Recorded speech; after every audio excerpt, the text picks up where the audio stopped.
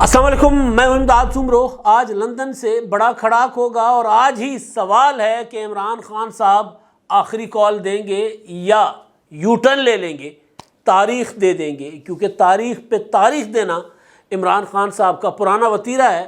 جب تک عمران خان صاحب کو کوئی سہولت کار نہ ملے، جب تک عمران خان صاحب کو کوئی بیساکھی نہ ملے، اور جب تک عمران خان صاحب کو اپنے کندھوں پر بٹھا کر اسلام آباد تک کوئی پہنچانے کی گارنٹی نہ دے، تب تک عمران خان صاحب جو ہیں وہ بنی گالہ سے اگلا قدم اٹھاتے نہیں ہیں۔ تو لہٰذا یہی سوال ہے کہ کل کے آرمی چیف کے خطاب کے بعد کیا اب عمران خان صاحب جو ہیں وہ اسلام آباد کی طرف چڑھائی، یا وہ جو وفاقی حکومت کہہ رہی ہے کہ عمران خان صاحب اسلام آباد کا محاصرہ کرنے آ رہے ہیں، اس کا اعلان کریں گے، یا پھر نئی تاریخ دے دیں گے کہ جی میں اتنے دنوں کے بعد جو ہے وہ اعلان کروں گا، آپ تیاری کریں، کیونکہ عموماً عمران خان صاحب یہ چیز کرتے رہے۔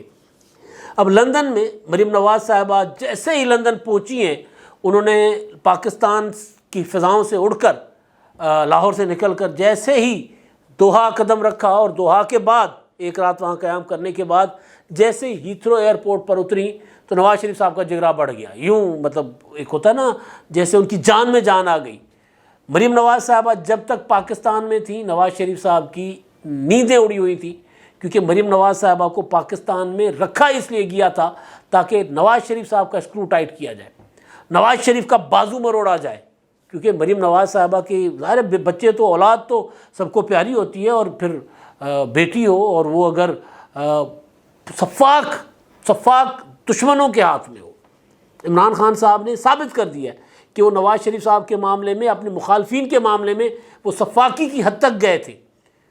تو جب ان کے ہاتھ میں ہو یا ان کے رحم و کرم پر ہو تو پھر ظاہر ہے باپ کی نیندیں، چاہے باپ پھر 3 بار کے وزیر اعظم ہو، چاہے باپ ملک کی ایک بہت بڑی جماعت کے تحایات قائد ہو، اس کے باوجود ظاہر ہے باپ تو باپ ہوتا ہے، تو ان کی نیندیں اڑی ہوئی تھیں، وہ پریشان تھے، وہ کوئی فیصلہ نہیں کر پا رہے تھے۔ نواز شریف صاحب سیاست میں کس طرف بڑھنا ہے، کیسے آگے جانا ہے، تذبذب کا شکار، پریشانی کا شکار۔ کبھی بھی نواز شریف صاحب کوئی فیصلہ کرنے کی پوزیشن میں آتے تھے تو ان کو میسج جاتا تھا کہ جی مریم نواز صاحبہ پھر پاکستان میں ہے۔ آپ کو یاد ہوگا جب پی ڈی ایم نے ایک تحریک شروع کی تھی اکتوبر 2021 میں، نواز شریف صاحب نے جو جلسے سے خطاب کیا تھا 16 اکتوبر 2021 کو، گجرانوالہ کا پہلا جلسہ، اس کے بعد اگلا جلسہ کراچی میں تھا جب مریم نواز صاحبہ کے کمرے کا دروازہ توڑا گیا تھا، آپ کو یاد ہوگا 18 اکتوبر کو ثانیہ کارساز کی برسی کے موقع پر۔ تو نواز شریف صاحب نے جلسے میں نام لے لیے تھے آج کے آرمی چیف اور اس وقت کے ڈی جی ISI کے، اور پھر ان کے کچھ ساتھیوں کے نام لے لیے تھے۔ تو اس کے بعد پھر نواز شریف صاحب نے ایک اور پریس کانفرنس کی تھی، ایک اور خطاب کیا تھا اور کہا تھا کہ جی ایک فلاں صاحب انہوں نے مریم نواز کو کرش کرنے کی دھمکی دی ہے، یہ نواز شریف صاحب نے بات کی تھی۔ تو اور پھر اس کے بعد آپ نے دیکھا کہ کراچی جب مریم نواز صاحبہ پہنچی تھی، وہاں پر ہوٹل میں تھی، تو ان کے فجر کے ٹائم پہ ان کے کمرے کا دروازہ توڑ کر کیپٹن صفدر صاحب کو گرفتار کیا گیا تھا، اور گرفتار کس مقدمے میں کیا گیا تھا کہ انہوں نے قائد اعظم کے مزار کے اندر مادر جمہوریت فاطمہ جناح کے نعرے کیوں لگوائے تھے، یہ مقدمہ تھا ان کے اوپر، مزار قائد کی توہین۔ اور توہین کیا کی تھی کیپٹن صفدر نے، وہ ویڈیو پڑی ہوئی ہے، انہوں نے نعرے لگائے تھے مادر ملت فاطمہ جناح زندہ آباد۔ اب ظاہر ہے مادر ملت فاطمہ جناح زندہ آباد کے نعرے کا مطلب یہ تھا کہ آمریت مرد آباد۔ تو بہرحال وہ پھر کہا گیا تھا کہ جی وہ نوجوانوں کو غصہ آ گیا تھا، تو ان کو غصے کو قابو کرنے، اس کی وجہ سے یہ سارا کچھ ہوا تھا۔ بہرحال بعد میں سارا جو بھی ہوا معاملہ، لیکن یہ باتیں یاد کرانے کا مطلب صرف یہ ہے کہ اس وقت نواز شریف صاحب کوئی فیصلہ نہیں لے پاتے تھے۔ مریم نواز صاحبہ کو جب یہ پی ڈی ایم نے ابھی لانگ مارچ کی انہوں نے ڈیٹ دی تھی 26 مارچ کی 2022 کی، تو نہیں 2021 کی، سوری، وہ جو واقعات ہیں وہ 2020 کے ہیں۔ پی ڈی ایم 20 میں بنا تھا، میں کنفیوز کر گیا چیزوں کو، پی ڈی ایم 20 میں بنا تھا، اکتوبر 2020 کی میں نے یہ جو واقعات بتائے 2 پیچھے۔ اس کے بعد مارچ میں پی ڈی ایم نے 26 مارچ کو لانگ مارچ کی کال دے رکھی تھی، تو جس دن لانگ مارچ کی کال تھی اسی دن مریم نواز صاحبہ کو نیب لاہور میں پیشی کے لیے بلایا گیا تھا۔ یعنی نواز شریف صاحب کو میسج تھا کہ پھر یہ دیکھ لو، پھر آپ کی جو جان ہے نا، آپ کا جو طوطا ہے، وہ تو جس طوطے میں آپ کی جان ہے وہ تو ہمارے پاس ہے، ہم تو اس کی گردن مروڑ سکتے ہیں۔ تو مریم نواز صاحبہ کو بلایا گیا تھا، طلب کیا گیا تھا، اور پھر مریم نواز صاحبہ نے مولانا فضل الرحمان صاحب کے اصولوں پر یا وہ جو طریقہ تھا اس پر چلتے ہوئے وہ جلوس کے ہمراہ چلی گئی وہاں پر. یا بلاول بھٹو نے جو کیا تھا، جب بلاول کو پہلی بار بلایا گیا تھا وہ بھی ایک بڑے جلوس کے ہمراہ پہنچے ہوئے تھے، تو اس کے بعد بلاول کو نیب نے اس طرح طلب نہیں کیا. مریم صاحبہ بھی اسی طرح گئیں.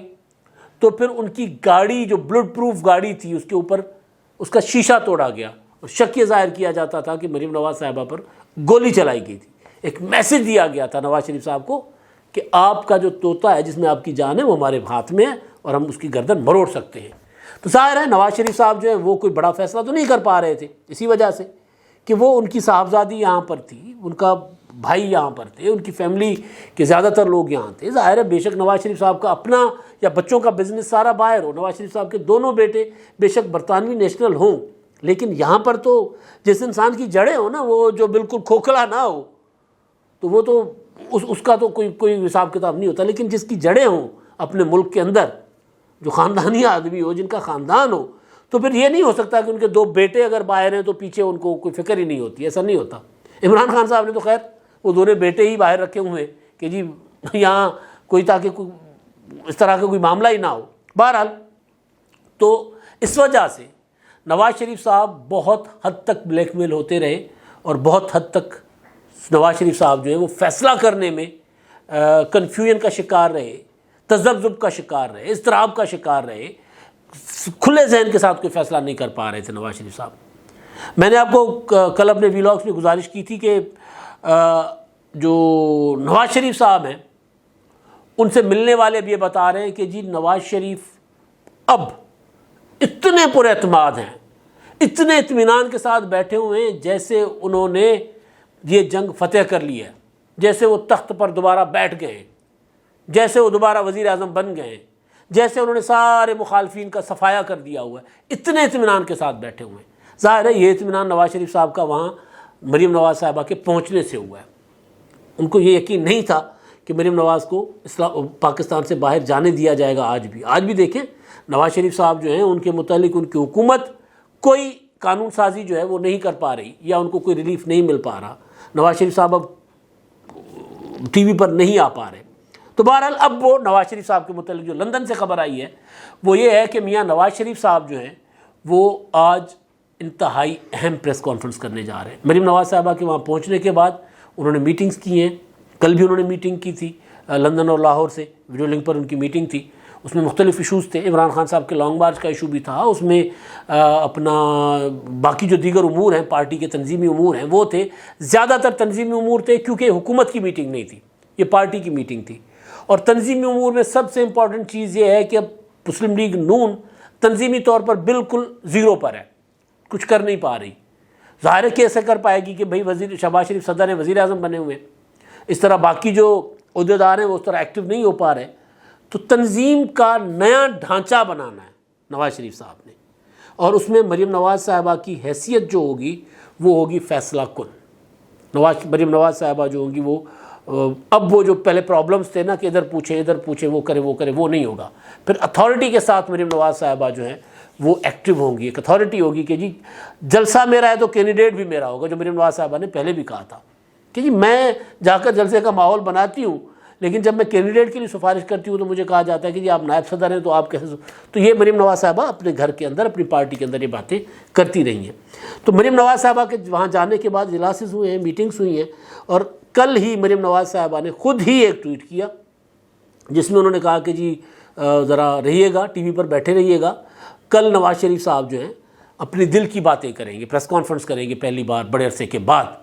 اب ظاہر ہے دل کی باتیں نواز شریف صاحب جو کریں گے ان کے اوپر جو بیتی ہے وہ بتائیں گے اور اپنا اگلا لاحمل بھی بتائیں گے.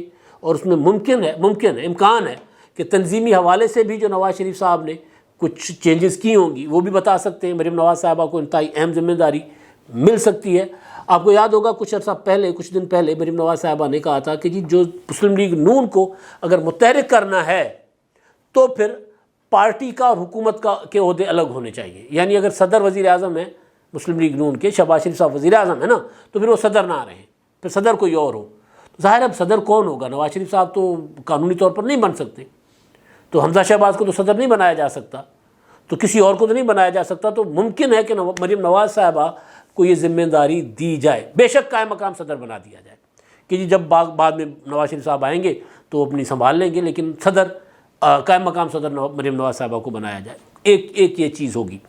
دوسرا، نواز شریف صاحب جو اگر بات کریں گے، جو میرے سورسز کہہ رہے ہیں یا جو میل ملاقات کرنے والے وہاں پر پہنچے ہوئے تھے نواز شریف صاحب کے ساتھ کافی سارے لوگ، تو ان کا خیال یہ ہے کہ نواز شریف صاحب کا اب کے گلا جو ہے وہ عدلیہ سے ہے، ججز جرنیل سے اتنا نہیں ہے۔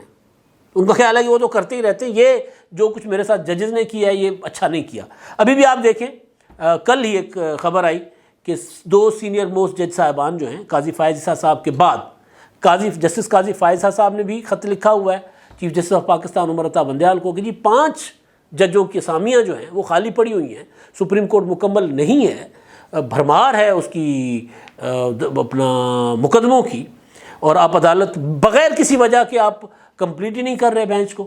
تو لہٰذا انہوں نے خط لکھا کہ جی جلدی اجلاس بلائیں سپریم جوڈیشل کمیٹی کا، اور اس اجلاس میں اپنا نئے ججز کا تقرر کرے، تعیناتی کرے۔ اب 2 مزید جو سینئر موسٹ جج صاحبان ہیں، سردار طارق صاحب اور جسٹس منصور علی شاہ صاحب، انہوں نے بھی خط لکھ دیا ہے۔ انہوں نے بھی یہی کہا ہے کہ جی بلائیں اجلاس بھائی، جج لگائیں، جج مقرر کریں۔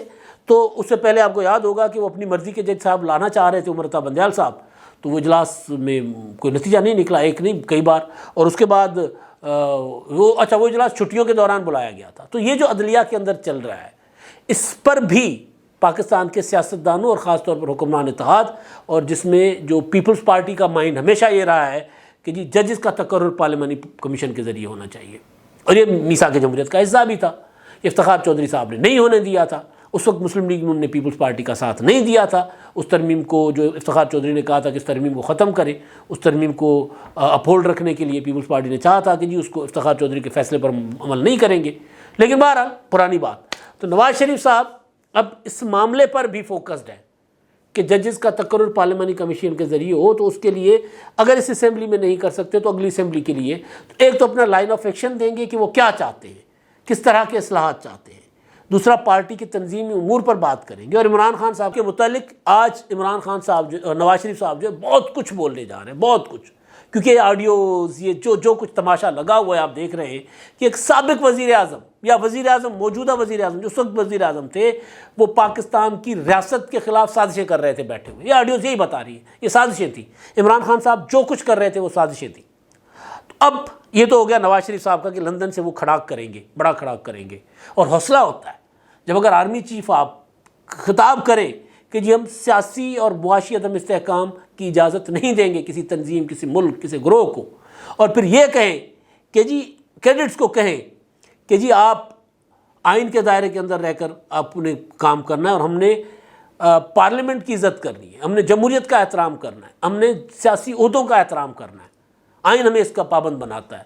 تو پھر ظاہر ہے پھر سیاسی عہدوں پر رہنے والے چاہے بے شک نائل ہوں نواز شریف صاحب، ان کا حوصلہ تو بڑھتا ہے۔ اور دوسرا یہ کہ بیٹی وہاں چلی گئی، اسحاق ڈار صاحب پاکستان آ گئے، ڈار صاحب نواز شریف صاحب اپنے جو پاکستان میں اپنا نظام جو ہے حکومتی، اس کے اوپر اپنا بہتر کنٹرول کے لیے ان کے پاس ڈار صاحب سے بہتر کوئی آدمی نہیں تھا۔ شہباز شریف صاحب بے شک ان کے بھائی ہیں، لیکن ان کا طریقہ کچھ اور ہے۔ نواز شریف صاحب اور ڈار صاحب کی جو کیمسٹری ہے وہ بہت ملتی ہے۔ شہباز شریف اور نواز شریف شمال اور کیا ہوتا ہے جنوب ہیں، بالکل اپوزٹ ہے ایک دوسرے کے۔ تو ایک تو وہ کہ وہ نواز شریف صاحب کو حوصلہ ملا ہے مریم نواز صاحبہ کے جانے، ڈار صاحب کے آنے، اور آرمی چیف صاحب کی تقریر سے۔ اب یہ سارے حوصلے عمران خان صاحب کے حوصلے پست کرتے ہیں۔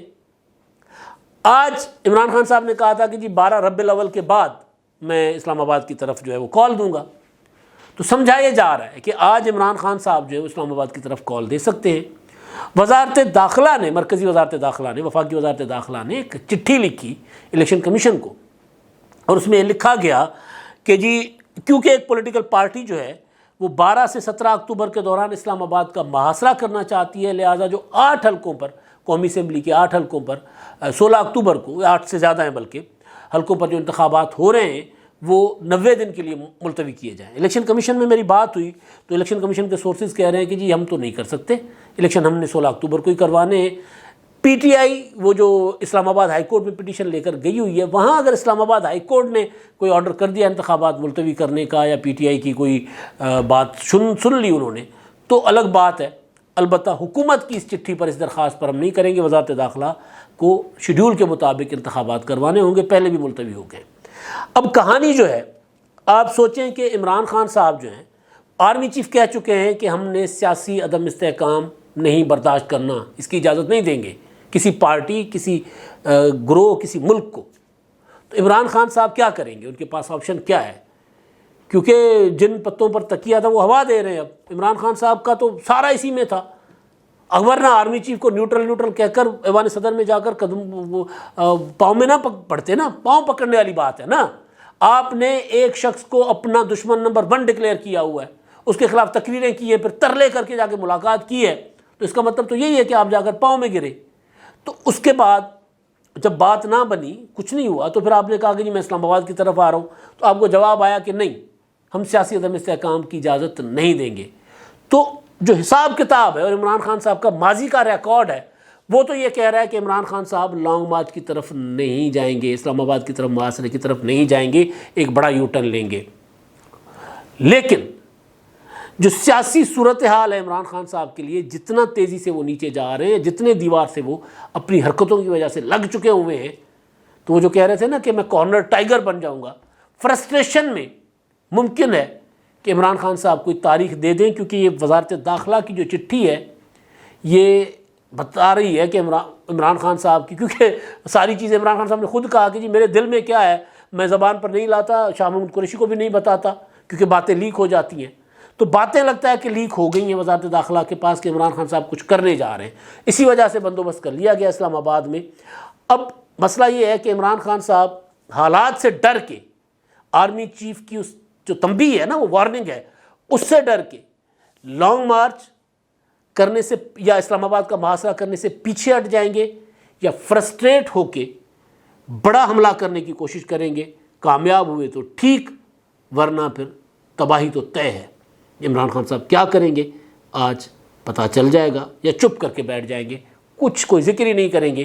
کوئی آج کی تاریخ کا انہوں نے ذکر بھی کیا تھا کہ آج یعنی 12 ربیع الاول کے بعد میں لانگ مارچ کی طرف جاؤں گا یا کوئی اعلان کروں گا. اب تک کے لیے اتنا ہی. اللہ حافظ.